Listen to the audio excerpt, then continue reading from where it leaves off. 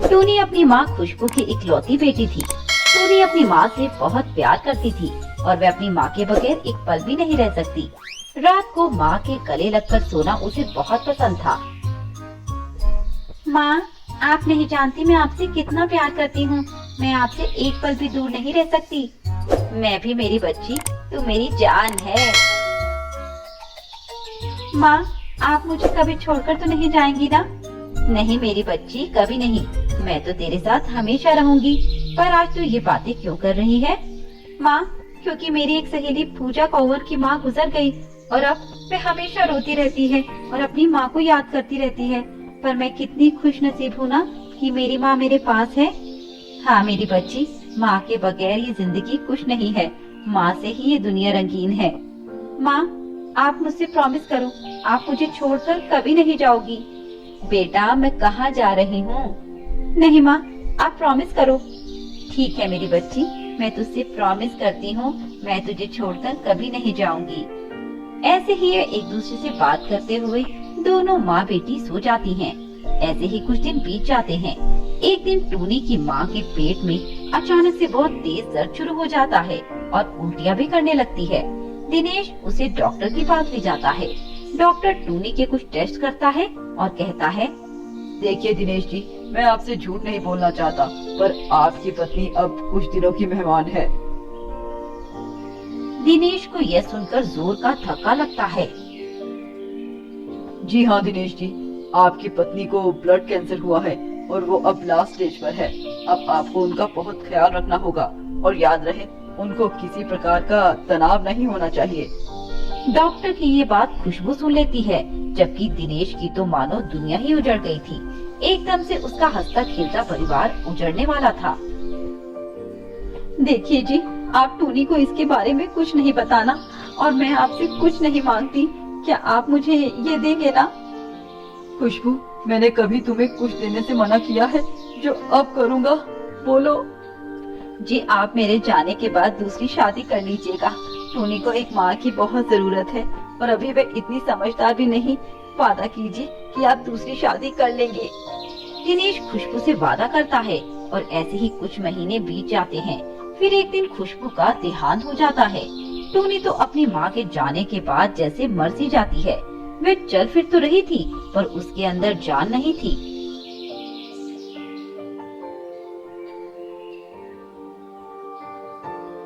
उसकी यह हालत उसके पिता से देखी नहीं गई और उसने खुशबू से किया वादा पूरा किया और चमेली नाम की कौवन से शादी कर ली। चमेली बहुत ही लालची और मतलबी कौवन थी। उसने दिनेश से शादी आराम और पैसे के लालच में आकर की थी। देखो चमेली, मेरी एक ही बच्ची है टूनी और मैंने उसी की खुशी के लिए तुमसे शादी की है। तुम उसका एक सगी माँ की तरह ख्याल रखना और उसे खूब प्यार देना। यह भी कोई कहने की बात है दिनेश जी? मैं टूनी को अपनी बेटी मानकर उसे खूब प्यार दूंगी। उसे कभी ये एहसास नहीं होने दूंगी कि मैं उसकी सौतेली माँ हूँ। मुझे तुमसे यही उम्मीद है चमेली।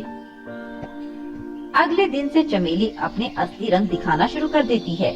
जब दिनेश काम पर जाता है, मनुष चल उठ, मेरे पैर दबा। टूनी बेचारी उसके पैर दबाती है। तभी चमेली उसे लात मार के कहती है, हट परे और जा मेरे लिए चाय बना कर ला, चल उठ। टूनी रोती हुई और डरते हुए बोली, माँ, मुझे चाय बनानी नहीं आती। चाय बनानी नहीं आती? तुझे तो तेरी माँ ने तुझे कुछ सिखाया ही नहीं।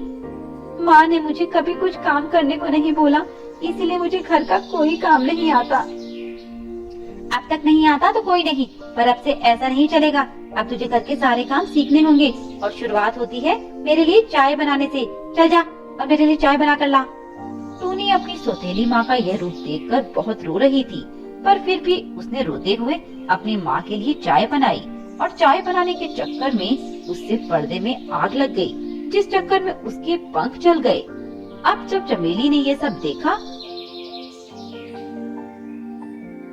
तुझसे एक काम भी ठीक से नहीं होता, तेरी वजह से घर जल जाता तो। माँ, मुझे माफ कर दो, मैं आगे से ध्यान से काम करूंगी। अब जा और अपने ही इन जले हुए पंखों पर कुछ लगा ले, वरना तेरा बाप मुझे कहेगा। और हाँ, जब तेरा बाप आ जाए तो उसके सामने ही मत जाना, वरना मुझसे बुरा कोई नहीं होगा। टूनी ऐसा ही करती है। जब उसके पिताजी आते हैं, वह कमरे से बाहर नहीं निकलती।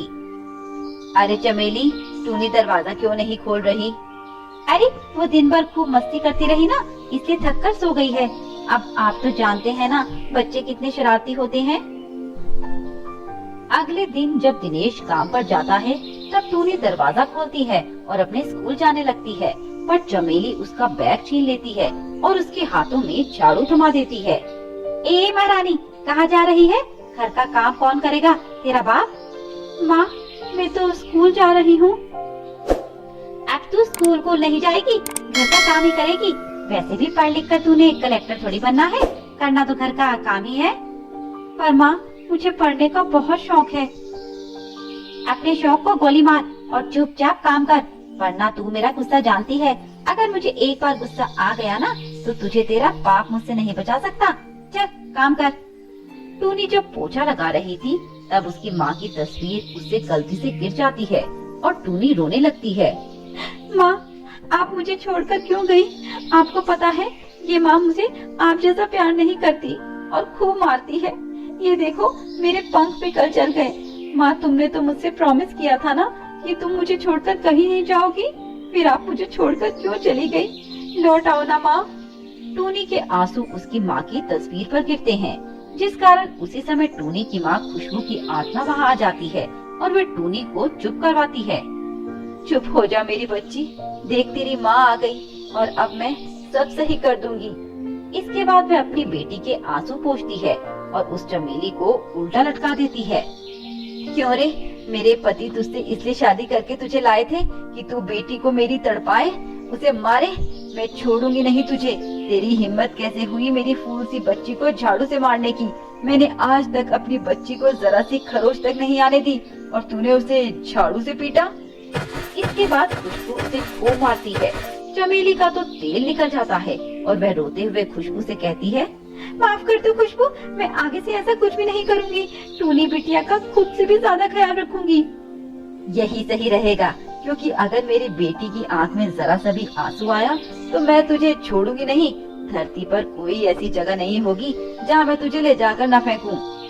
इसके बाद चमेली अपनी गलती मानकर टूनी का आगे से बहुत ख्याल रखती है। उसे बिल्कुल एक सगी माँ की तरह प्यार करती है, जिससे टूनी भी अब बहुत खुश रहती थी।